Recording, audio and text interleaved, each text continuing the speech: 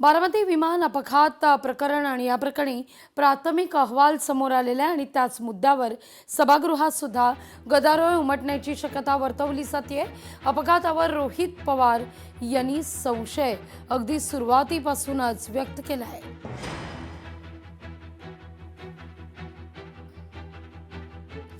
तर तिथं राज्यसभेकरता महाराष्ट्रातून कोणाला संधी मिळणार याची चर्चा आहे। राज्यसभेच्या 37 जागांकरता निवडणूक प्रक्रिया सुरू झाली आहे। 10 राज्यांमधील 37 जागांकरता निवडणूक प्रक्रिया होतीये। उमेदवारी अर्ज दाखल करण्याकरता उद्या शेवटची तारीख आहे। भाजपनं 9 राज्यांमधील उमेदवारांच्या नावाची घोषणा केली आहे, पण महाराष्ट्रातील उमेदवारांच्या नावाची अद्याप घोषणा नाही। तर तिथं खासदार सुप्रिया सुळे आणि जयंत पाटील यांनी नेमक्या याच मुद्द्यावर उद्धव ठाकरेंची सुद्धा भेट घेतलेली आहे। मवियाचा राज्यसभा उमेदवार ठरवण्यासंदर्भात भेटीत चर्चा झाल्याची बातमी आहे। राष्ट्रवादी काँग्रेस शरद पवार यांना राज्यसभेवर पाठवण्याकरता इच्छुक आहे आणि त्या दृष्टिकोनातून या भेटीगाठी म्हटल्या जात आहेत, पण अद्यापही ठाकरेंची शिवसेना आणि काँग्रेसची भूमिका गुलदस्त्यात आहे।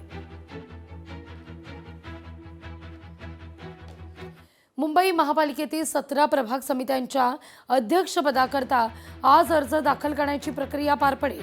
पुढील 3 दिवसात या निवडणुका टप्प्याटप्प्याने होणार आहेत। महापौर उपमहापौर निवडीनंतर ही पहिली मोठी राजकीय चाचणी मानली जात असल्यानं सगळ्याच पक्षांनी जोरदार तयारी सुरू केली आहे।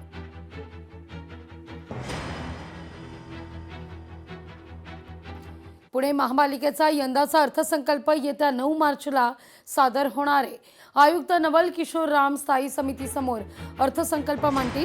अर्थसंकल्पाचा स्थायी समिती अभ्यासही करेल।